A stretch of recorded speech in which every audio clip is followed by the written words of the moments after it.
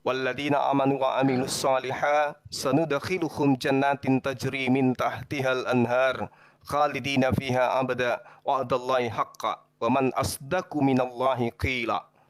Orang yang beriman, maksudnya ini adalah orang Islam karena yang beriman itu cuma Islam.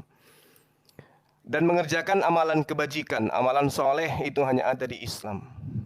Kelak akan kami masukkan ke dalam surga. Itu sudah poinnya. Mereka kekal di dalamnya selamanya dan janji Allah itu benar. Ini poin di dalam keselamatan dalam Al-Quranul Karim terhadap umat Islam.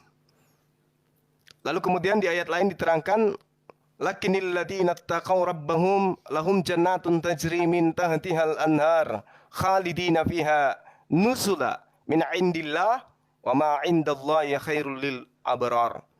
Tetapi orang-orang yang bertakwa ini hanya ada di Islam. Mereka akan mendapat surga-surga yang mengalir di bawahnya sungai. Mereka kekal di dalamnya sebagai karunia dari Allah. Dan apa yang di sisi Allah lebih baik daripada bagi orang-orang yang berbakti. Ya, wa ma indallahi khairul lil abrar. Lalu kemudian Al-Quran juga menjamin keselamatan.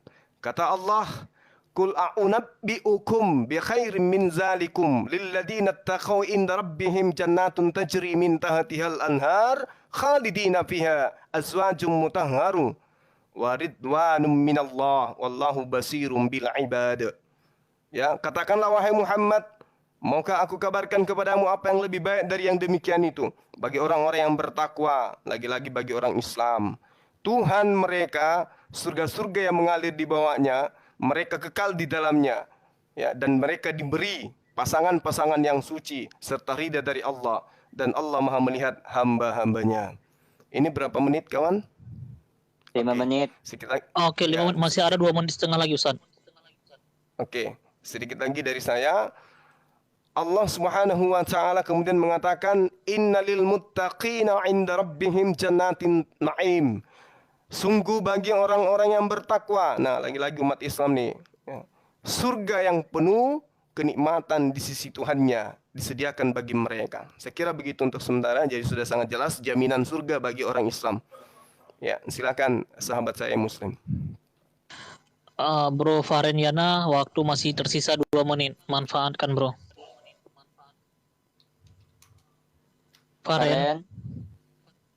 Waduh, Oke, Bang. dia malah ketinggal. Oke. Nah, Halo. Ya lanjut. ya, waktu 2 menit, manfaatkan bro. Oke. Jadi saya cuman sedikit aja karena udah dijelasin juga sama Pak Ustadz Juma. Nah, di Al-Quran itu di ayat pertama aja pembukaan udah ada kepastian jalan menuju surganya. Karena apa? Dengan ayat Bismillah aja belum mencakup semua ayat.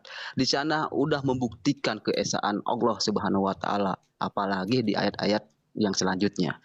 Nah, sekarang buktikan di kitabnya Kristen keesaannya Yesus, ketuhanannya Yesus, tapi yang pasti. Jangan yang doktrin. Doktrin itu dalam artian tidak pasti. Sebutkan Yesus sendiri yang ngomong dia Tuhan, seperti apa yang ada di Al-Quran, bahwa Nabi Muhammad SAW itu adalah utusan. Dia sebagai utusan karena ada yang mengutus. Sedangkan di kitab jelaskan kalau Yesus dia utusan, siapa yang mengutus? Jika dia Tuhan, siapa yang menyebutkan dia Tuhannya? Jadi yang saya minta itu kepastian dari pembukaan. Sebelum kita memahami siapa itu Tuhan, kita harus mengerti apa itu Tuhan. Sudah. Waalaikumsalam warahmatullahi wabarakatuh. Waktu masih ada 48 detik lagi bro, mau dimanfaatkan atau diikhlaskan? Tambahkan Oke, saja. udah saya sumbangkan aja ke Nathan. Jangan. Saya boleh pakai kan? Lanjut. Ya, silakan. Oh boleh, silakan. Iya. Oke. Oke. Jadi Al-Quranul Karim itu menyebut agama Islam itu sebagai jalan keselamatan. Innad dina 'indallahil Islam. Jadi kami percaya diri karena kitab suci kami menyebut Islam adalah jalan keselamatan. Umat Islam itu jaminannya surga. Dan ini tidak ditemukan di agama manapun. Wa makhtalafal ladzina utul kitaba illa min ba'di ma ja'ahumul ilma ba'yam bainahum wa may yakfur bi ayatillah fa innallaha sari'ul hisab. Jadi agama yang paling agama yang paling mulia di sisi Allah, agama yang diterima di sisi Allah hanya Islam. Makanya seluruh para nabi itu agamanya Islam. Nah, tidak ada itu agama Kristen itu entah dari mana datangnya. Jadi nanti Anda punya kewajiban untuk menjelaskan itu. Apakah Yesus mengenal Kristen? Oke, waktunya selesai Bro Zuma. Oke. Sekarang opening statement kepada Bro Malikil dan juga Nats Bible 5 menit dimulai dari hembusan nafas awal. Oke, bentar dulu. Oke, kamu itu dulu atau? Dek Nathan, habiskan saja openingnya. Tapi jangan nyebrang ya. Oke. Paparkan tentang Alkitab, tentang Tuhan Yesus. Jangan nyebrang. Oke. Ya, habiskan saja. Jadi 5 gini. menit. Oke, lanjut. Ya, jadi gini.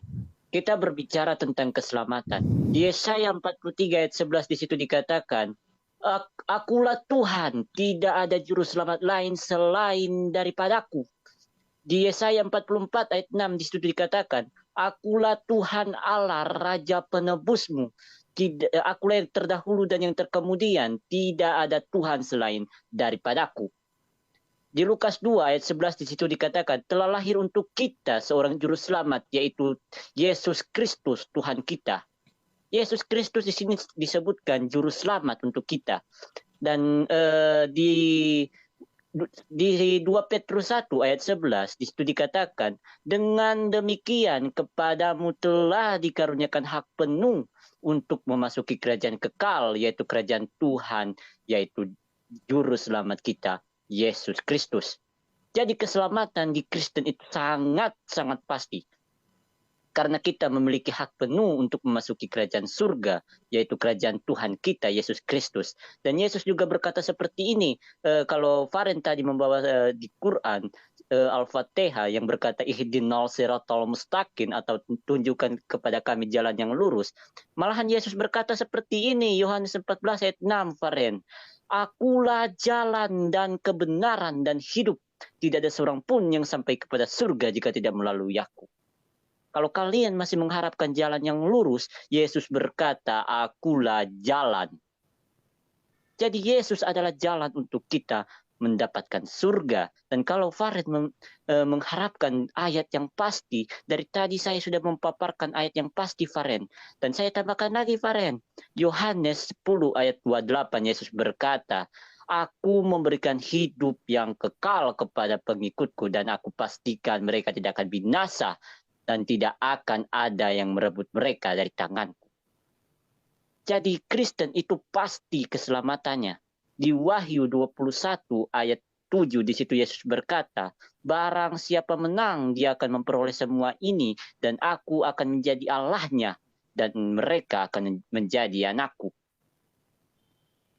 Di Roma 10 ayat 9, saya paparkan semua ayat di sini. Roma 10 ayat 9 di situ dikatakan, sebab barang siapa yang dari lidahnya mengaku bahwa Yesus Kristus adalah Tuhan, dan dari dalam hatinya percaya bahwa dia telah bangkit dari antara orang mati, dia akan diselamatkan.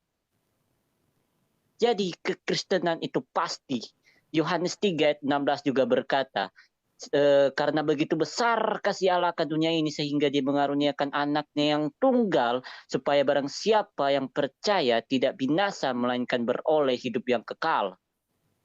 Nah, jadi pasti di Kristen itu tidak ada yang namanya ketidakpastian yang hanya meminta jalan yang lurus. Tapi Yesus berkata, akulah jalan. Sebentar Nathan. Di stop dulu pembicaraannya, waktunya juga selesai stopkan. Itu Bro Zuma terpental kayaknya Bro Malikil. Udah. Ya, Oke, naikin sudah. lagi. Oke, lanjutkan Nathan. Waktu kamu masih ada 1 menit 50 detik. Ya, jadi di kekristenan itu sangat-sangat jelas. Nggak ada itu yang namanya masih minta jalan. Tetapi Yesus yang berkata, akulah jalan. Jadi kalau kalian masih meminta jalan yang lurus, kami sudah mendapatkan jalan itu dari Yesus Kristus. Dan di Yohanes 3 ayat 18 di situ dikatakan, barang siapa percaya dia tidak akan dihukum, melainkan barang siapa yang tidak percaya dia akan dihukum dengan adil. Jadi untuk kalian yang tidak percaya bahwa Yesus Tuhan, kalian akan dihukum. Sebab di Yohanes 8 ayat 24 juga Yesus berkata, Karena itu aku berkata kepadamu, kamu akan mati di dalam dosamu. Sebab jikalau kamu tidak percaya bahwa akulah dia, kamu akan mati di dalam dosamu. Jadi untuk kalian yang tidak percaya, siap-siap kalian mati di dalam dosa kalian. Karena ingat, Yesus yang memegang kunci kerajaan maut. Wahyu 1 ayat 17 dan 18.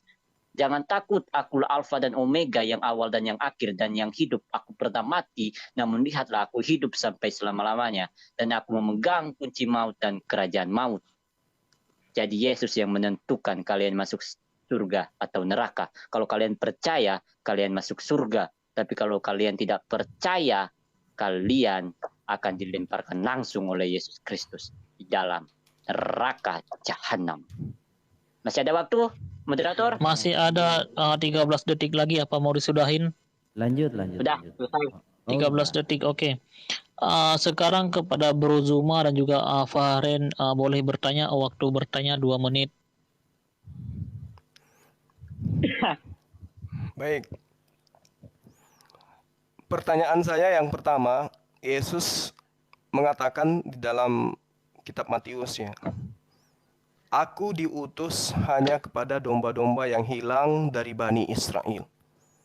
Itu perkataan Yesus langsung dari mulutnya, bukan pengajaran setelah dia terangkat ke langit. Kalau ada perkataan yang telah datang setelah Yesus terangkat ke langit, itu jelas bukan perkataan Yesus. Karena Yesus mengatakan bahwasanya dia ke langit dan ajarannya ketika dia ada di bumi itu sudah disampaikan semuanya kepada muridnya. Jadi tidak ada lagi yang tersisa gitu. Telah aku sampaikan kepada mereka firman yang engkau berikan kepadaku, telah aku sampaikan kepada mereka. Jadi murid pada saat Yesus belum terangkat ke langit sudah disampaikan semua firman yang versinya Yesus, maksudnya porsinya Yesus. Porsi firman yang diberikan Tuhan kepada Yesus itu sudah diberikan Yesus kepada murid-muridnya sebelum dia terangkat. Jadi kalau ada pengarangan informasi yang baru itu perlu diuji. Yesus berkata, aku diutus hanya kepada domba-domba yang hilang dari Bani Israel. Pertanyaan saya, apakah kalian domba-domba yang hilang itu? Apakah kalian itu Bani Israel? Demikian. Silakan. Waktu masih ada 43 detik. Bro Fahren mau menambahkan? Silakan. Oke.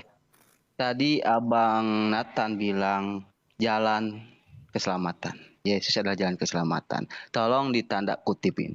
Abang harus mengerti apa itu yang memberi jalan dan siapa itu yang punya jalan. Justru di kitab Abang itu menerangkan Yesus itu penuntun jalan, bukan yang punya jalan. Nah, di sana aja itu udah ada pembuktian bahwa Yesus bukan pemilik jalan, tapi Yesus penuntun jalan umatnya untuk yang Bani Israel, bukan untuk keseluruhan umat. Kalau ada di kitab bahwa Yesus untuk seluruh umat, jelaskan mana kitabnya, mana ayatnya. Dan tolong tanda kutip jalan dan punya jalan. Oke, waktu bertanya selesai, Bro Fahren. Oke. Menjawab 4 menit dimulai dari sekarang, nanti menanggapi 3 menit ya. Oke. Dia Nathan boleh atau Oke, boleh. Jadi gini, silakan. aku mau menanggapi soal Fahren. Fahren, kamu mau bilang di situ Yesus penuntun jalan. Padahal di situ jelas ayatnya, Fahren. Yohanes 14 ayat 6, Yesus berkata, akulah jalan. Bukan akulah penuntun jalan, Fahren. Tapi akulah jalan. Jalan dan kebenaran dan hidup. Tidak ada seorang pun yang sampai ke surga jika tidak melalui aku. Jadi di situ tidak ada Fahren yang berkata, Yesus berkata akulah penuntun jalan. Enggak, tapi akulah jalan. Di situ Yesus menegaskan. Dan Yesus juga berkata seperti ini. Di Yohanes 11 ayat 25 Yesus berkata, akulah kebangkitan dan hidup. Barang siapa percaya, dia akan hidup walaupun dia sudah mati. Jadi garis bawahi di situ barang siapa percaya. Jika kalian mau percaya, kalian juga diselamatkan. Jadi bukan cuma diutus untuk Bani Israel, enggak, tapi untuk semua umat. Karena di situ dikatakan barang siapa percaya, Seperti yang saya bilang tadi di Yohanes 3 ayat 16. Karena begitu besar kasih Allah akan dunia ini, ingat, akan dunia ini, sehingga dia mengaruniakan anaknya yang tunggal, supaya barang siapa percaya dia akan beroleh hidup yang kekal. Ingat, untuk dunia ini bukan cuma untuk Israel. Jadi kalian jangan cuma mau bilang di situ untuk Bani Israel, karena Yesus itu datang untuk seluruh dunia. Yesus juga berkata seperti ini di Matius 28 ayat 19. Pergilah ke segala bangsa dan jadikan mereka semua muridku, dan baptislah mereka dalam nama Bapa, Putra, dan Roh Kudus. Ingat, ke segala bangsa, bukan cuma Israel. Silakan Kamali kelanjutkan. Oke, tentang Oke, Israel. waktu tersisa 1 menit 56 detik. Silahkan dilanjutkan. Iya. Oke, tentang Israel, apakah kekristenan itu Israel? Israel secara rohani, Israel yang pengertiannya orang yang bertahan sampai kepada kesudahannya, ya, kekristenan adalah Israel dalam pengertian rohani. Karena Yakub diberi nama Israel ketika dia bergulat dengan malaikat Tuhan, ya, dia bertahan sampai pada matahari mau terbit, dia diberi nama Israel, yang artinya karena dia mampu bertahan, bergulat sampai kepada matahari mau terbit, itu arti Israel. Jadi kekristenan adalah Israel secara rohani dan digenapi oleh Kristus Yesus di dalam Wahyu 21 ayat 7. Barang siapa menang. Nah, itu barang siapa menang. Artinya barang siapa bertahan, barang siapa menang, dia akan menjadi anakku dan aku akan menjadi Allahnya. Ya. Dan kenapa harus Israel? Karena berkat bagi seluruh bangsa itu berawal dari Israel. Di mana nubuatannya di dalam Kejadian 26 ayat 4, berkat itu dinyatakan kepada Abraham. Tuhan berkata kepada Abraham, olehmu segala bangsa mendapat berkat. Lalu di Yesaya kepada Israel, lalu di Kejadian kepada Ishak, dan Yohanes 4 ayat 22 Yesus berkata keselamatan datang dari bangsa Yehuda. Kenapa? Karena Tuhan hanya memilih Israel untuk segala sesuatu hukum dan ketetapan Tuhan. Hanya Israel yang Tuhan pilih. Nanti dari Israel itu keselamatan menyebar ke seluruh dunia. Makanya nubuatannya kepada Abraham, oleh karena keturunanmu segala bangsa mendapat berkat. Jadi bukan tanpa sebab, ada sebab akibatnya. Oke, waktunya selesai Bro Malikil. Menanggapi 3 menit untuk Bro Zuma dan juga Bro Faren. Oke, baik. Makasih. Jadi ya coba kita lihat teman-teman ya, hal yang sangat fundamental pun hanya asumsi. Apakah Kristen itu adalah domba-domba yang hilang dari Bani Israel? Jawaban Saudara Herdi, yes. Israel rohani. Ini dari mana ilmunya? Sejak kapan ada yang disebut Israel rohani? Israel rohaye kali. Ya. Jadi semua diasumsikan. Oleh karena itulah kemudian keselamatan pun nanti pasti diasumsikan. Gak ada itu Israel rohani. Yang dikatakan Israel itu adalah keturunan Yakub secara nasab, secara darah, secara daging. Gak cocok asumsi-asumsi kayak begitu Bang Her. Jadi pertanyaannya itu, apakah Kristen ini adalah domba-domba yang hilang dari Bani Israel? Apakah Yesus itu diutus kepada non-Israel? Itu aja poinnya. Tidak ada dalilnya Yesus diutus untuk non-Israel. Untuk menyelamatkan iman kalian, kudu harus dikatakan Israel rohaye. Israel rohani. Jadi seorang Herdi kalau ditanya tentang keyakinannya, begini dia jadinya. Hancur mina. Silakan Adinda siapa? Dari Muslim, silakan.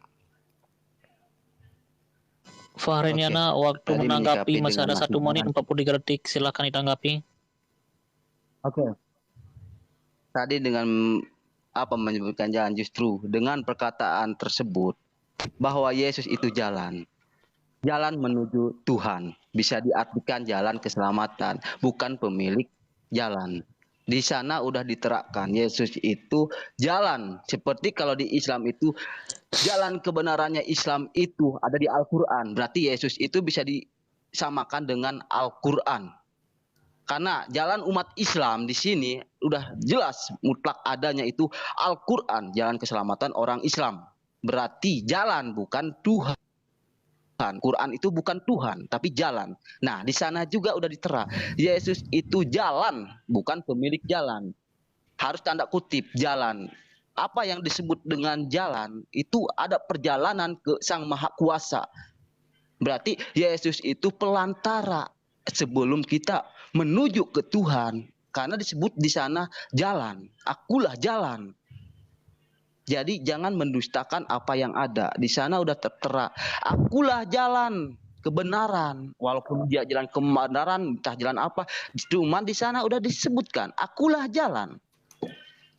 Apa dengan kata jalan? Kata jalan adalah kata sebuah benda atau bentuk jamak. Bukan pengakuan dialah pemilik jalan. Tolong jelaskan. Oke. Waktu 12 detik Sudah. bagaimana Bro Faren? Oke, selesai ya. Oke. Waktu menanggapi beres. untuk Bro Malikil dan juga Nat Bible 3 menit. Oke. Jadi ini adalah sejarah kisah perubahan nama Yakub, ya. Oke. Lalu kata orang ini di Kejadian 32 ayat 28. Lalu kata orang itu, namamu tidak akan disebutkan lagi Yakub. Jadi namamu bukan lagi Yakub, tetapi Israel. Kenapa Israel? Sebab, ini alasannya, sebab disebut Israel sebab engkau telah bergumul melawan Allah dan manusia dan engkau menang. Jadi orang-orang yang menang, Israel itu artinya orang yang bergumul ya melawan Allah dan manusia dan engkau menang. Itu arti Israel. Oke. Nah, digenapi oleh Yesus di dalam Wahyu 21 ayat 7. Barang siapa menang, ia akan memperoleh semuanya ini, dan aku akan menjadi Allahnya dan ia akan menjadi anakku. Itu artinya Israel. Jadi Israel, ada Israel bangsa, ada Israel pengertiannya sesuai yang terjadi kejadian. Jadi Yakub berubah menjadi Israel dijelaskan dengan Alkitab. Saya nggak heran, saya maklum dengan kawan-kawan Muslim karena Israel di dalam Quran itu kagak ada artinya. Jadi saya paham itu kegundahan ya. Nah, lalu tentang jalan tadi. Karena jalan kita bisa bangun pabrik, karena jalan kita bisa melewati satu tempat ke tempat yang lain. Karena jalan, kalau nggak ada jalan, nggak akan mungkin kita bisa pergi ke sana kemari. Ya, pasti jalan kaki itu pun butuh jalan. Ya, jadi jalan itu jangan disepelekan. Jadi Yesus itu jalan, apalagi ini ke surga. Kalau nggak ada fasilitas jalan ke surga, lalu kita mau lewat mana? Nggak ada jalannya. Yesus sudah menyediakan bahwa dirinya lah jalan, lalu kenapa harus diutaati, kenapa harus ditolak? Dek Nathan tambahkan silakan. Oke. Untuk Bang Suma cuma menanggapi Kak Malikil dan dia masih menanyakan apakah Yesus diutus hanya untuk Israel. Apa Bang Suma nggak dengar apa yang saya katakan tadi? Yesus datang untuk seluruh dunia. Makanya di Yohanes 3:16 di situ dikatakan, karena begitu besar kasih Allah ke dunia ini, sehingga dia mengaruniakan anaknya yang tunggal, supaya barang siapa percaya, dia tidak binasa, melainkan beroleh hidup yang kekal. Catat Bang Suma, untuk seluruh dunia, karena begitu besar kasih Allah ke dunia ini, catat itu, dunia ini, bukan cuma Israel. Jadi sebelum diskusi kupingnya dikorek dulu lah Bang Suma biar dengar. Oke, waktu untuk menanggapi selesai Nathan. Sekarang untuk Bro Malikil dan Nathan untuk bertanya kepada Bro Faren dan juga Bro Zuma. Waktu bertanya 2 menit dimulai dari hembusan nafas awal. Oke, silakan Dek Nathan. Gini Oke. Dek Nathan, jangan bahasa sarkas ya. Paham? Oke, oke, oke. Oke, ya. Oke. Saya mau tanya seperti ini. Ada nggak di Quran atau di hadis yang berkata Allah mampu menyelamatkan umat Islam dari siksa neraka? Karena di hadis sendiri, di hadis Sahih Muslim itu menjelaskan yang menebus kalian dari neraka itu orang Yahudi dan Nasrani, bukan Allah. Silakan Kak Malikil tambahkan. Oke. Pertanyaan saya, jika kawan-kawan muslim percaya Allah Maha Kuasa, Allah Subhanahu wa taala Maha Kuasa, mengapa umat Islam itu tidak luput dari neraka? Itu aja, silakan. Oh, masih ada waktu. Oke, saya Waktu tambahkan masih lagi. ada 1 menit 22 detik. Mau dipertegas? Ya, tambah tegaskan lagi tentang jawaban tadi. Jadi Israel itu dipilih, ya, ada Israel secara bangsa dan ada Israel sesuai dengan artinya. Arti perubahan nama Yakub ke Israel itu ada artinya. Jadi Tuhan yang kami imani itu amazing, bro. Jadi dia bisa mengartikan sesuatu kalimat itu bisa merujuk kepada bangsa dan bisa juga merujuk kepada orang-orang percaya, orang-orang yang bertahan. Sebab keselamatan itu, ya, yang sudah dia tetapkan, keselamatan itu datang dari bangsa Yehuda. Ya, keselamatan itu datang dari bangsa Yehuda, bukan bangsa Arab. Ya, dan itu dikatakan di Kejadian 49 ayat 10. Dan Yesus lahir dari bangsa Yehuda. Dan kenubuatan itu jauh dinyatakan sebelum ada peradaban, yaitu di zaman Adam dan Hawa. Kenapa harus Israel? Karena Tuhan ingin menunjukkan kasih setianya. Dia itu setia. Israel yang dipilih, ya, Israel yang dipilih satu-satunya bangsa yang olehnya Tuhan memperkenankan hukum dan ketetapannya. Tuhan tidak berbuat begitu kepada bangsa-bangsa lain. Ya, kalau kita mau bahas ini lebih panjang lagi sebenarnya, kalau Israel, kenapa hanya Israel, itu ada maksud Tuhan. Tetapi poinnya hanya Israel. Oke, waktunya selesai Bro Malikil. Oke. Waktu menjawab 4 menit kepada Bro Zuma dan juga Bro Fahren. Iya, baik. Jadi Anda keliru memahami hadits. Ya, Al-Quran itu menerangkan bahwasanya orang kafir itu tempatnya di neraka. Jadi tidak ada kaitannya dengan umat Islam. Al-Quran malah mengatakan bahwasanya manusia itu diupah berdasarkan atas perbuatannya masing-masing, bukan atas perbuatan orang lain, tapi atas perbuatan masing-masing. Orang masuk surga karena perbuatannya, orang masuk neraka juga karena perbuatannya. Terkait dengan orang-orang yang sudah masuk di neraka, sudah ditentukan oleh Allah, yaitu upahnya mereka. Orang kafir memang itu laknatullah, mereka dilaknat, tempatnya di neraka, kekal lagi di dalam, dan bahkan mereka menjadi bahan api neraka. Itu yang perlu saudara pahami. Sementara umat Islam itu jaminannya sudah saya jelaskan tadi di awal. Saya sudah membacakan banyak poin. Lakinnal ladzina taqaw rabbahum lahum jannatun tajri min tahtihal anhar khalidina fiha. Mereka kekal di dalam surga. Bagi siapa? Bagi orang Islam yang bertakwa. Jadi enggak ada itu cerita. Justru yang jadi permasalahan itu ketika kami minta untuk Yesus mengutus dirinya kepada Bani non-Israel saja nggak ada. Anda nggak bisa tunjukkan itu. Ya, nanti saya akan bantah Yohanes 3 yang Anda bawa. Ya, gampang itu. Saya akan urai nanti.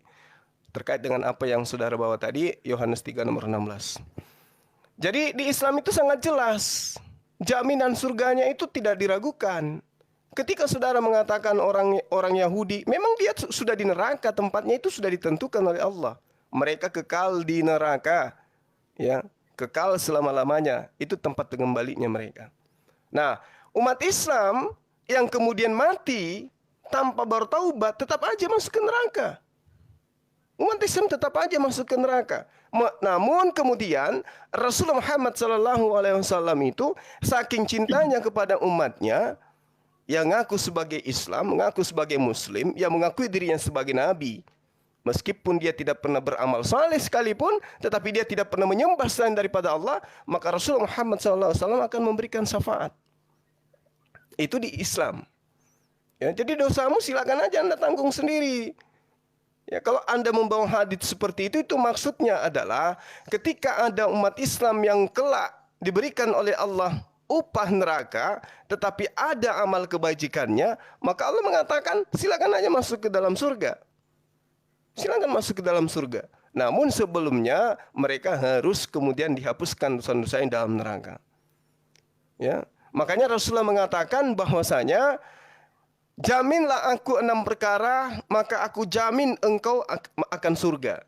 Ya, itu yang perlu saudara pahami. Silakan saudara, bismillah. Maaf. Bismillahirrahmanirrahim. Makasih Bang. Jadi ketika sebuah Alkitab memberikan sebuah ayat, tapi di dalamnya tidak ada kepastian ayat itu dari siapa untuk siapa, di sana akan tercipta doktrin pemikiran yang akan berbeda-beda. Itulah yang terbukti sekarang. Sedangkan di Al-Quran, Abang buka Al-Imran ayat 102 aja, itu udah membuktikan, ya ayyuhalladzina amantu, wahai orang-orang yang beriman, bertakwalah kepada Allah. Bertakwalah kepada Allah dengan sebenar-benarnya. Sedangkan di Islam itu dibuktikan kenyataannya Allah, keesaannya Allah. Makanya satu pemikiran dari pemikiran yang lain. Tidak satu kata dari pemikiran dan pemikiran yang lain. Harus bisa membedakan. Sedangkan di Al-Fatihah juga sudah jelas Bang, bahwa manusia membutuhkan pertolongan Allah. Hanya kepada Engkaulah kami menyembah dan hanya kepada Engkaulah kami memohon pertolongan. Itu sudah mutlak adanya. Oke, waktunya selesai. Sekarang menanggapi 3 menit. Silakan Denatan mau tanggapi, silakan. Oke, mereka nggak menyentuh pertanyaan saya sama sekali. Jadi gini Bang Uma, pertanyaan saya di sini adalah di mana ayatnya di Quran atau hadis yang mengatakan itu Allah bisa menyelamatkan kamu dari neraka. Karena di Quran surah Maryam saja di ayat 71 di situ dikatakan tidak ada seorang pun di antara kalian yang tidak mendatangi neraka karena itu sudah menjadi suatu ketentuan dan ketetapan. Nah, jadi di mana kepastiannya? Sementara di Quran saja itu nggak ada kepastian. Jadi Bang Suma, tolong sentuh pertanyaan saya lah. Jangan dibiarkan begitu saja. Yang saya tanyakan itu adalah kepastian dan ayat yang mengatakan Allah mau menyelamatkan kamu. Di hadis Sahih Muslim 971, di situ yang menanggung dosa-dosa kamu itu adalah orang Yahudi dan Nasrani, bukan Allah. Jadi yang seharusnya disebutkan juru selamat itu adalah orang Yahudi dan Nasrani, bukan Allah. Yang saya minta itu ayatnya. Silakan Kamalikil. Oke, ini di dalam hadis Sahih Bukhari ya, 6056. Jadi berdasar dari Quran Maryam 71, semua tidak ada seorang pun daripadamu dan padamu itu adalah umat Islam, semua masuk neraka. Yang saya ingin tanya, kenapa Allah tidak mampu menghindari umat Islam dari neraka? Itu yang saya ingin tanya. Nah, saya tegaskan juga dengan hadis bahwa di sini Muhammad bersabda, tidak seorang pun yang dipaparkan hisapnya melainkan akan celaka. Maka saya bertanya, wahai Rasul, bukankah Allah berfirman barang siapa yang diberi kitabnya dari sebelah kanan maka ia menghadapi hisap yang mudah?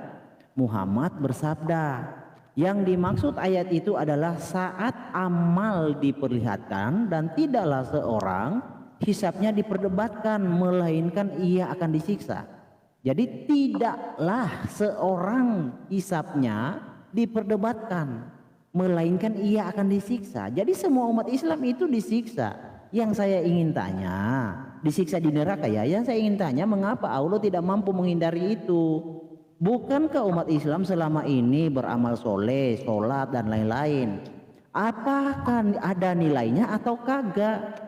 Kesannya jika semua umat Islam itu disiksa di neraka, kesannya amal soleh, sholat, lalu zakat, lalu naik haji itu tidak ada nilainya di hadapan Allah.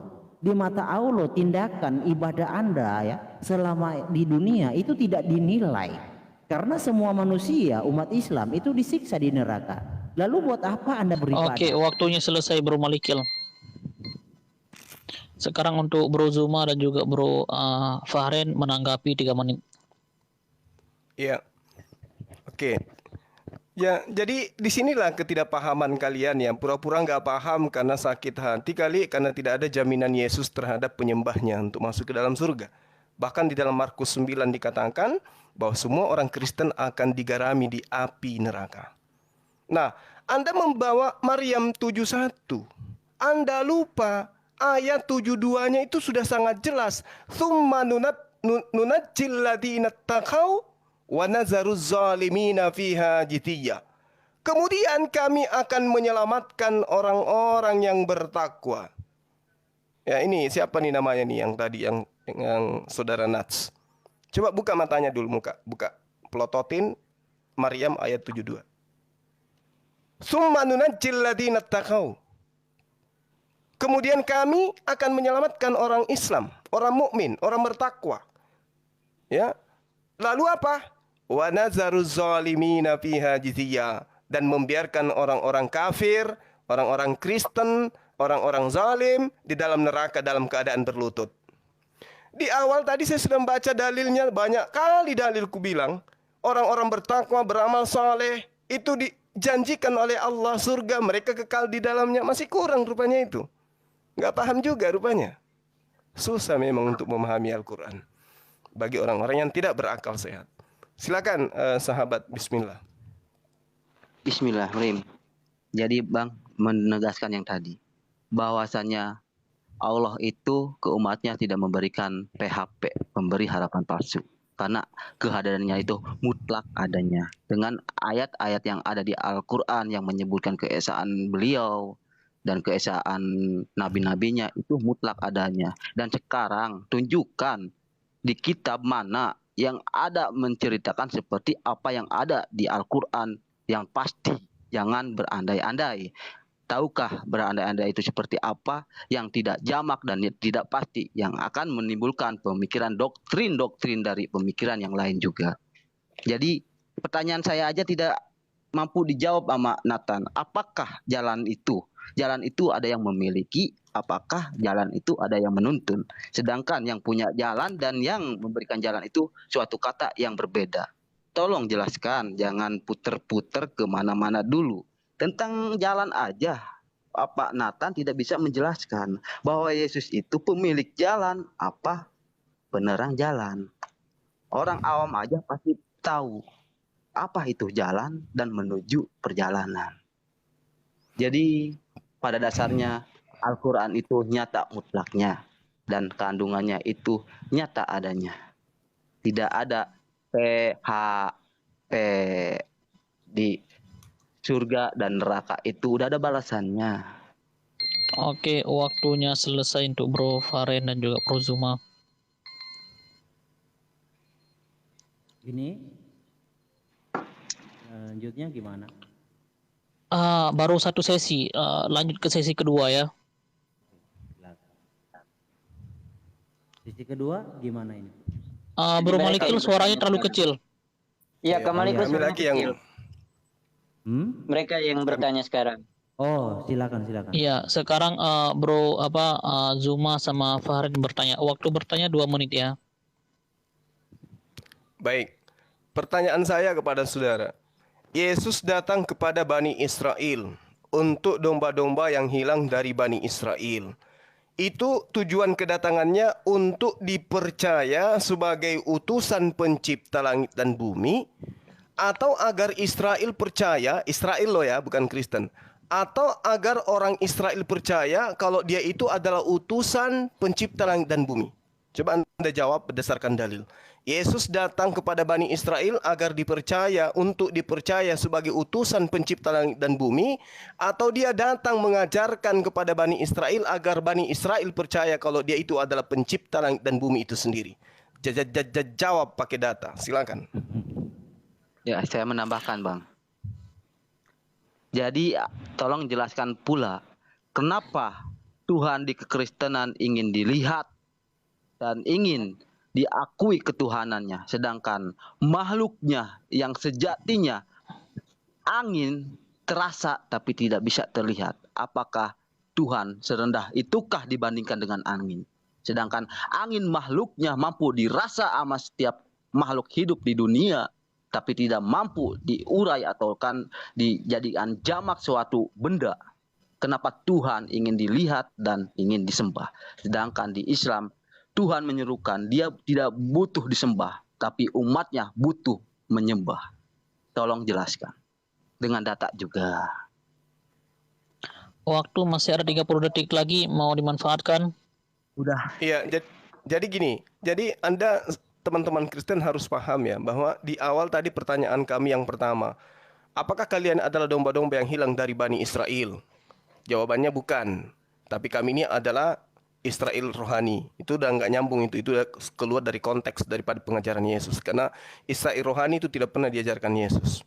Nah sekarang pertanyaan kami jelas ya bahwasanya apakah Yesus datang untuk dikenal sebagai utusan Tuhan pencipta itu atau Tuhan pencipta itu sendiri? Adakah Yesus mengajarkan itu? Silakan. Oke, waktunya selesai, bro. Oke. Tentang angin juga jawab itu ya. Makhluk dan Tuhan. Nathan mau jawab? Atau Sebentar, saya matikan dulu timernya. silakan. Waktu menjawab 4 menit, dimulai dari hembusan nafas awal. Gini, untuk Faren, pertanyaan kamu itu keluar topik, Faren. Yang kita bahas ini tentang keselamatan, bukan tentang angin, bukan tentang dilihat atau tidak. Keluar topik itu, Faren. Jadi saya nggak akan jawab itu karena itu keluar topik. Jangan dipotong di waktu saya. Jika tidak bisa Waktu saya ini, membuktikan Faren, apa jangan itu dipotong. keselamatan. Dan untuk Bang Suma, dari tadi saya sudah menjelaskan kalau Yesus datang itu untuk seluruh dunia. Dan kalau Bang Suma bertanya tentang apakah Yesus datang itu untuk apa tadi Bang Suma tanya? Oke, saya jawab gini Bang Suma.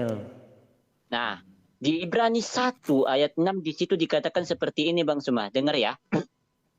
Dan ketika Allah membawa anaknya ke dunia, dia berkata kepada para malaikat, semua malaikat harus sujud kepada dia. Dia ini adalah anak Allah itu. Jadi jelas ya di sini. Nah, sekarang gini Bang Suma dan Faren, kalian juga harus tahu kalau di kekristenan itu pasti keselamatannya. Karena di 2 Petrus 1 ayat 11 di situ dikatakan, dengan demikian kepadamu telah dikaruniakan hak penuh untuk memasuki kerajaan kekal, yaitu kerajaan Tuhan dan juru selamat kita, Yesus Kristus. Kita punya jaminan penuh Bang Faren dan Bang Suma. Silakan Kak Maliki. Oke. Jadi Kristus Yesus itu hadir untuk menyelamatkan. Bro Malikil, suaranya boleh diperbesar sedikit, bro. Oke, Itu agak mendengung, bro. Suaranya agak mendengung. Udah bagus ini? Halo. Udah. Oke, lebih bagus ini. Oke. Lanjut. Kristus Yesus ya datang untuk menyelamatkan. Kenapa dia tampil kepada Israel?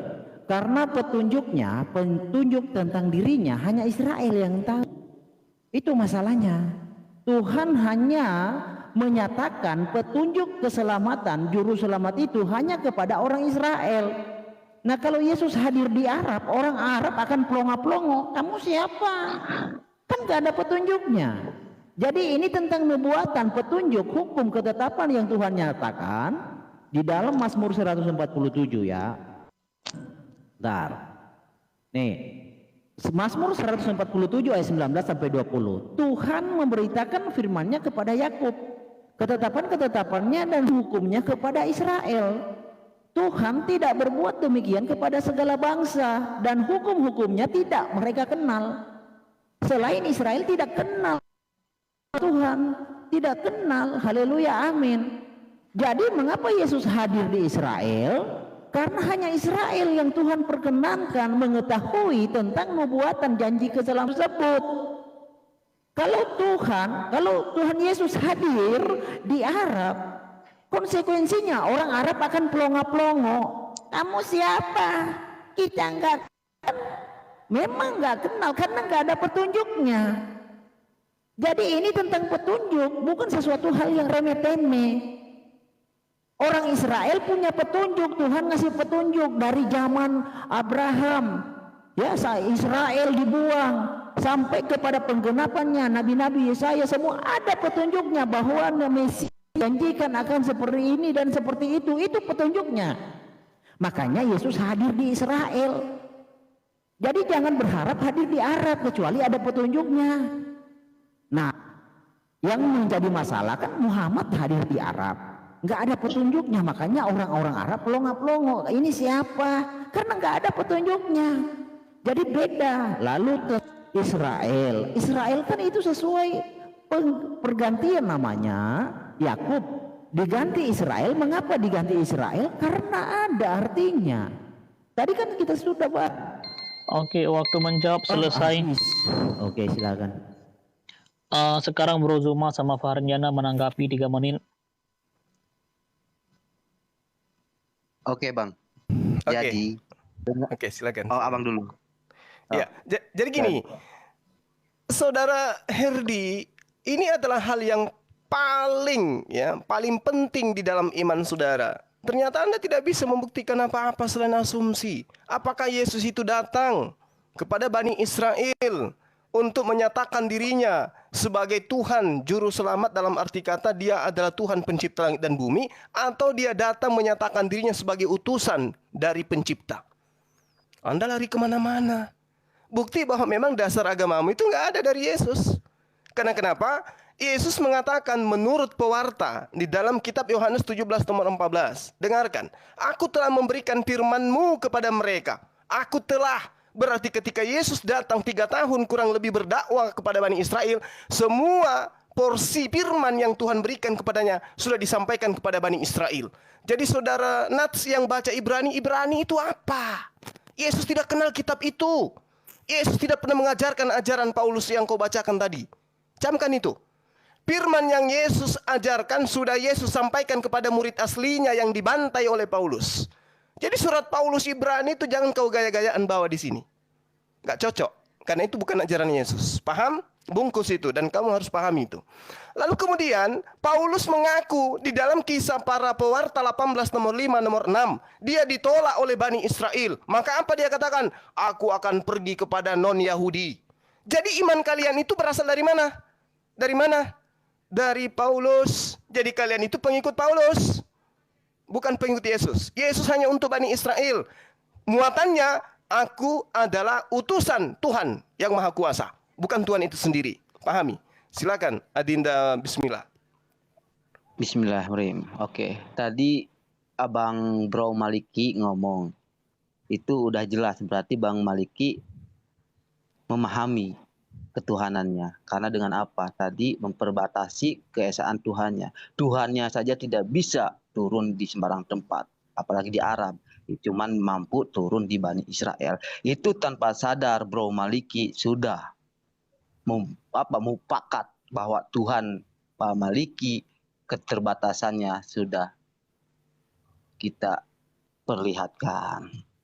Nah, pertanyaan saya dan Abang Jumat tadi tidak ada satupun yang dijawab dengan data. Itu hanyalah doktrin dari pemikiran semata. Jadi kita jawabkan dan kasih pertanyaan itu dari data, apa yang ada di Al-Quran. Sedangkan apa yang dijawab oleh Nathan itu hanyalah pemikiran. Sekarang kalau ada benar, buktikan di mana ayatnya, buktikan di mana kepastiannya. Bukan hanya andai-andai saja. Buktikan dengan nyata ya, seperti apa yang ada di Al-Quran.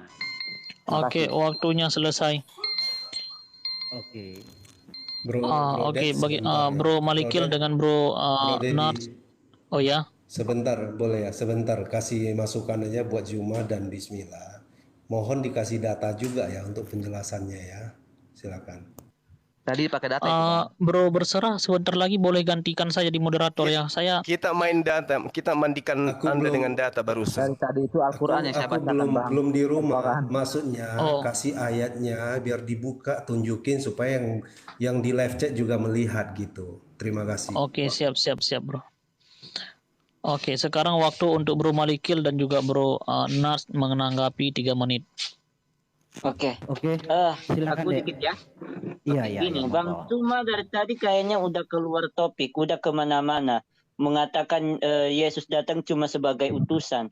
Ingat Bang Suma, topik kita malam ini itu adalah tentang keselamatan, bukan tentang utusan atau bukan tentang ketuhanan yang trinitas atau tritunggal. Enggak, topik kita tentang keselamatan Bang Suma. Dan untuk Faren, kamu selalu menanyakan tentang hal-hal yang di luar topik, Faren. Kalian kenapa sih nggak bisa fokus dengan topik? Jadi gini ya, untuk Bang Suma, kalian cuma mengatakan Yesus itu diutus untuk Bani Israel, tapi apa yang saya jelaskan dari tadi kalian tidak mendengarkan sama sekali. Yesus itu datang untuk seluruh dunia. Yohanes 3 ayat 16 tadi. Nah, Buktikan dan datang. di bentar jangan dipotong. Di Ibrani 1 ayat 6 juga di situ dikatakan semua malaikat harus sujud menyembah Yesus. Kenapa? Karena Yesus lah sang pencipta. Di 1 Korintus 8 ayat 6b, di situ dikatakan, namun bagi kita hanya ada satu Tuhan saja, yaitu Yesus Kristus, yang oleh karena Dia segala sesuatu dijadikan dan karena Dia kita hidup. Ini jawaban untuk pertanyaan Bang Suma tadi, apakah Yesus pencipta atau bukan. Silakan Kak Malikil. Oke. Sudah cukup jelas ya. Contoh di dalam Yesaya 63 ayat 9. Dalam segala kesesakan mereka bukan seorang duta atau utusan, melainkan Ia sendirilah yang menyelamatkan mereka, yang menebus mereka dalam kasih-Nya dan belas kasih-Nya. Ia mengangkat dan menggendong mereka selama zaman dahulu kala. Nah, Dia sendiri yang datang. Nah, ini lagi Yesaya 43 ayat 11. Akulah Yod-Heh-Vaveh.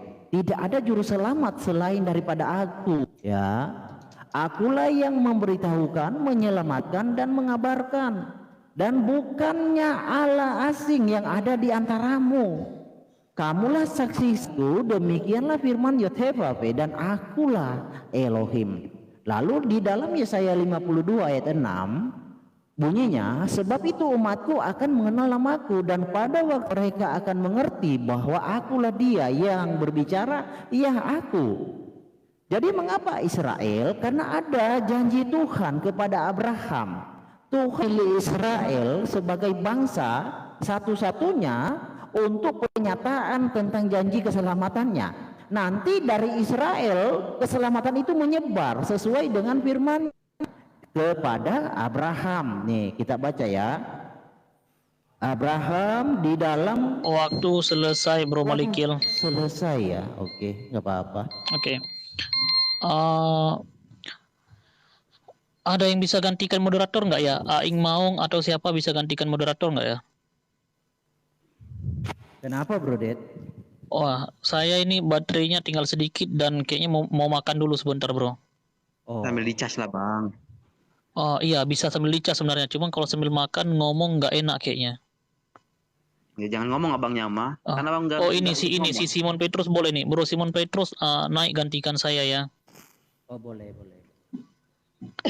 Lanjutkan ke sesi selanjutnya supaya ini pembicaraannya Bro, menarik aja, ini. nggak apa-apa di atas saja. Simon Petrus naik aja, aku yang turun, nggak apa-apa ya. Oke Bro ya. Simon Petrus, sorry. Ini pembicaraannya menarik ini, jadi jangan diputuskan dulu. Dilanjutkan dulu, dilanjutkan aja maksudnya untuk pembicaraannya. Oke. Udah naik. Selamat datang Bro Simon Petrus. Selamat datang Bang Juma. Astagfirullahalazim. Assalamualaikum. Makin malam makin jadi ini naik ini. Ya, silakan moderator. Iklan itu timernya. iklan. Ya, Iklan. HP gue yang itu belum gue ambil loh. Gimana jadi moderator ini? Buka laptop kamu atau komputer kamu Bro. Astaga, gue di apartemen bro. Ya apartemen kamu pinjam dulu HP security Bro.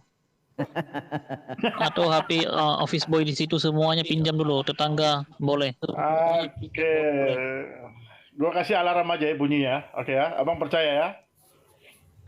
Oke, Gak silakan. usah Oke, ditambahkan ya. Waktu bertanya 2 menit, menjawab 4 menit, menanggapi 3 menit Bro Simon Petrus ya. Sekarang waktu kami bertanya. Karena tadi kan udah mereka bertanya, Tadi belum sekarang beres, kami bertanya. Nathan. Mereka... Tadi belum Bro beres. Simon. Jangan dulu. Nah, Ya, ya kan lanjut udah lanjut. Ini sekarang waktu selesai siapa? sesi menanggapi. Sekarang Nathan di-mute-kan dulu mic-nya. Sekarang waktu tadi bertanya dari dari pihak Bro Zuma dengan Bismillah ada Farniana. Sekarang dari pihak Malikil dan juga Nat untuk bertanya, waktu bertanya 2 menit, menjawab 4 menit. Dan menanggapi pertanyaan Oke, siap. masing-masing itu 3 menit. Ya. Oke.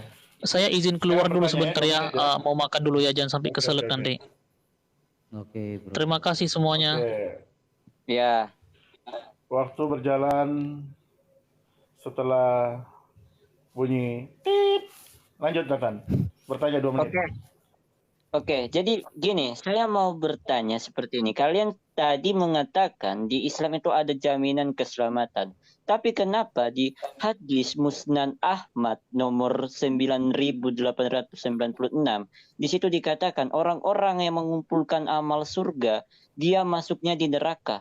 Tetapi sebaliknya, orang-orang yang mengumpulkan amal neraka, masuknya di surga. Kenapa bisa kebalik-balik gitu? Jadi, ini kan masih mengenai tentang keselamatan. Jadi silakan kalian jelaskan hadis ini kenapa bisa seperti ini. Silakan Kak Malikil. Oke. Jadi tadi soal pertanyaan saya, mengapa Allah tidak bisa menyelamatkan umat Islam dari neraka? Menghindari umat Islam dari neraka, ya? Karena memang sudah takdir dan ketetapan Allah umat Islam dimasukkan ke neraka, dicuci dosanya di neraka. Nah, kalau kita ibaratkan neraka itu seperti anjing gila, ibaratnya Bro Suma punya anak. Jadi Bro Suma ini pakai metode pemahaman Quran ya, pengajaran Allah ya. Jadi Bro Suma ibaratnya itu melihat anjing gila, Bro Suma dengan anak Bro Suma. Jadi Bro Suma itu bukan ditolong dihindari dari neraka, tapi justru Bro Suma itu kasih anaknya disuruh gigit anjing gila. Kayak gitu. Jadi Allah bukan umat Islam seperti itu.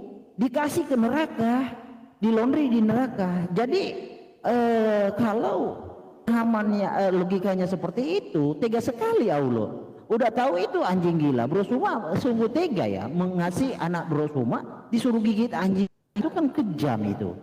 Jadi harusnya Bro Suma sebagai bapak harus bisa melindungi anaknya Bro Suma dari bahaya-bahaya waktu habis, tersebut. Bang Malikil. Oke, Waktu apalagi habis, anjing 2 menit. gila. Oke, lanjut. Oke, untuk Bang Juma 3 menit untuk menjawab pertanyaannya Bang Malikil. Silakan, waktu Bukannya mulai 4 dari bunyi. bukan 4 menit, Bang. 4 menit kayaknya. Oh, 4 menit. 4 menit atau 3 menit? Iya, 5 4 aja, menit. 5. Gini. Oke, 4 menit Lima ya. menjawab, 3 menit masing-masing menanggapi. Ya, gitu aja kayak tadi. Oke. Iya. Ayo, Iya. oke. Iya. Iya, jadi pertama 5 atau- saudara yang Oke. 4 menit. Tit, lanjut. Ya. Lanjut. Saudara yang bawa hadits tadi, saya tidak akan tergoda dengan materi yang kamu bawa. Kenapa pegangan saya adalah Al-Quranul Karim. Ketika ada sebuah pemberitaan yang Anda katakan hadits, sahih, apapun itu, kalau bertolak belakang dengan Al-Quran, ya saya tidak akan terima itu. Wa ma arsalna min qablika mir rasulin illa nuhi ilaihi annahu la ilaha illa ana fa'budun. Kami tidak mengutus seorang rasul pun sebelum engkau Muhammad, melainkan kami wahyukan kepada mereka bahwa tiada Tuhan yang berhak disembah selain aku, maka sembahlah aku.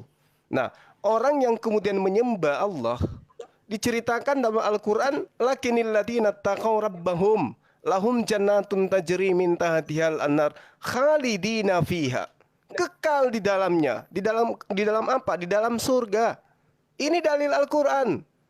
Jadi apa yang Anda bawa, narasi yang Anda bawa ini tertolak oleh Al-Quran. Al-Quran sendiri yang mengatakan itu. Ya. Lilladzina taqaw inda rabbihim jannatun tajri min tahtihal anhar khalidina fiha. Mereka kekal di dalam surga. Siapa mereka? Umat Islam, orang-orang yang bertakwa. Itu tidak bisa Anda bantah. Ali Imran ayat 15, itu udah pas itu. Ali Imran ayat 133, wasari'u ila magfiratim min rabbikum wa jannatin arduha samawati wal ard uiddat lil muttaqin. Ini janji-janji Allah akan mendapatkan surga yang luasnya seluas langit dan bumi yang disediakan bagi orang-orang yang bertakwa. Jadi umat Islam itu jaminan keselamatannya sangat luar biasa.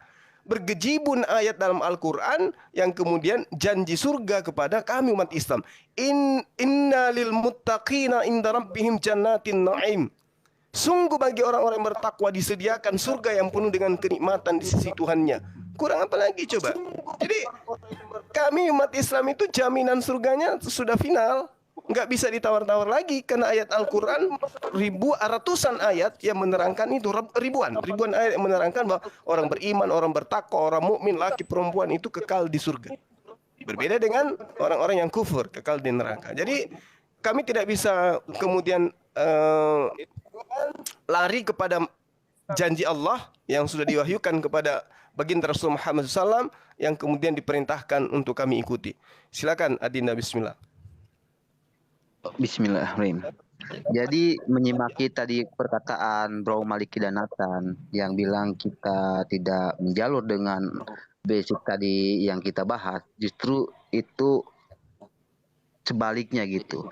Soalnya apa yang saya uraikan, apa yang saya tanyakan dan saya jawab itu sesuai dengan apa yang ada di Al-Quran. Sedangkan apa yang Bapak Nathan dengan Bro Malik kita dijelaskan itu keluar dari apa isi Alkitab. Sedangkan di Alkitab pertama itu tidak ada kata Tuhan. Tidak ada kata Tuhan, yang ada Tuhan. Itu aja sudah membuktikan gitu. Jadi bro, saya cuman kembali ke awal lagi kita ya. Jadi saya pakai data apa yang ada di Al-Quran. Tolong Bro Maliki juga sampaikan dengan apa yang ada di data di Alkitab itu sendiri.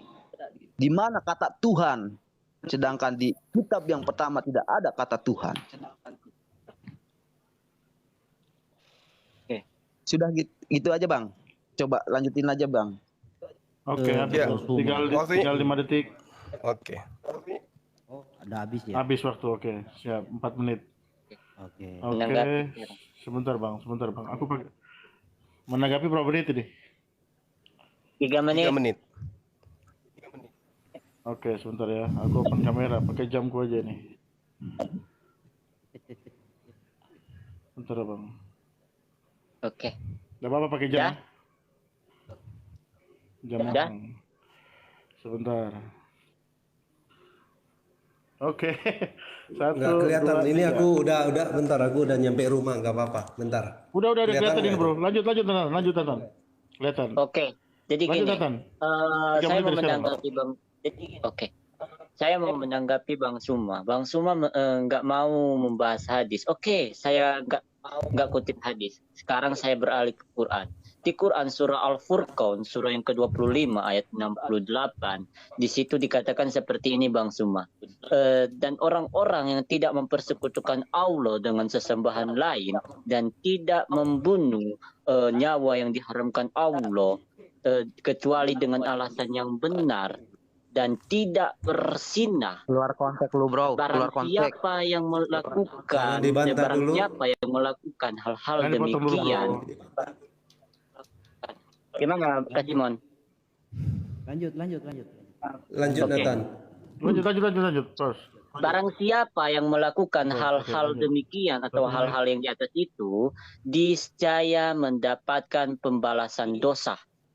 Sekarang pertanyaan saya gini loh, kenapa orang-orang yang baik itu, yang di atas tadi saya sebutkan, orang-orang yang tidak mempersekutukan Allah dengan sesembahan lain, orang-orang yang tidak membunuh dengan nyawa yang diharamkan Allah kecuali dengan alasan yang benar dan tidak bersinah, itu justru mendapatkan pembalasan dosa. Apakah membuat hal baik itu salah? Nah, ini mempengaruhi keselamatan loh. Kenapa? Karena hal-hal baik aja bisa menjadi dosa, apalagi hal-hal yang jahat. Itu gimana itu? Silakan Kak Malikil. Oke. Jadi tadi kan sudah sepakat umat Islam itu masuk neraka. Ya. Suaranya kecil. Tadi kan kawan Suma kan sudah mengakui bahwa semua umat Islam masuk neraka lalu diselamatkan. Nah, saya Nggak ada itu, saudara Herdi, nggak ada tuh. Jangan dikarang-karang, Her. Nggak bagus. Jangan dipotong hanya waktunya. Enggak, masalahnya dia framing yang nggak pernah Ya, kita nanti kamu tanggapi aja ya. Oke. Lanjut ke Malikil. Lanjut. Oke, gini aja saya bawa datanya ya. Tadi kan saya sudah buka hadis dan Quran surah Maryam 71 ya. Dan tidak ada seorang pun daripadamu. Padamu ini adalah Islam, melainkan mendatangi neraka. Ini ya. Hal itu bagi Tuhanmu suatu kemestian yang sudah ditetapkan. Lalu ayat 72-nya kan diselamatkan. Lalu kemudian kami akan menyelamatkan orang-orang yang bertakwa. Orang yang bertakwa ya Islam. Nah, ibaratnya neraka itu anjing gila. Jadi saya analogikan neraka itu anjing gila. Suma punya anak, bukannya anaknya di anjing gila, justru dikasih 15 suruh detik gigit lagi. nih anjing gila, gigit dia. Nah, itu tega, bro. Jadi itu bukan suatu konsep keselamatan, bukan konsep penyelamat. Justru yang dipahami dengan metode seperti itu adalah konsep mengobati. Nah, kalau Allah menghindari, Habis waktu kalau Bang Malikil 3 menit. Suma tidak memaafkan anaknya, lalu bagaimana Bang Malikil habis waktu. Suma bisa percaya? Habis waktu. Bang, udah habis. Waduh, oke. Nanti maunya jangan didistract ya. Habis waktu Maunya 3 jangan diganggu. Ya, Nathan jangan lama-lama Nathannya. Biar kasih Bang Malikil nanti. Oke, sekarang berapa menit lagi nih? 3 menit menanggapi. 3 menit menanggapin ya. Oke, sebentar. Saya atur jamnya. Oke, dimulai dari tanda tit. Mulai, Bang. Oke. Jadi yang Anda bawa itu adalah Al-Furqan Lanjut. ayat 60. Ayat 68. Ya. Ya. Walladzina la yatad'una ma Allahu ilahan akhar wa la yaqtuluna an-nafs allati harramallahu illa bil haqq wa la yaznun wa may yaf'al dzalika yalqa azama. Jadi yang dimaksud di sini, barang siapa yang melakukan demikian itu, yaitu membunuh, berzina, menyekutukan Allah, niscaya dia mendapat hukuman yang berat. Jadi Anda menyalahi konteks daripada ayat ini, karena Anda tidak memahami original teks. Yang dimaksud daripada ayat ini adalah barang siapa yang melakukan pembunuhan terhadap orang-orang yang diharamkan kecuali dengan alasan yang benar, kemudian dia berzina, kemudian dia syirik menyekutukan Allah, maka dia akan mendapatkan hukuman yang berat, yaitu dosa dan tempatnya adalah neraka. Itu yang perlu saudara pahami. Kemudian saudara Herdi, saya sudah mengatakan tadi di dalam ayat yang Anda kutip, Maryam 71.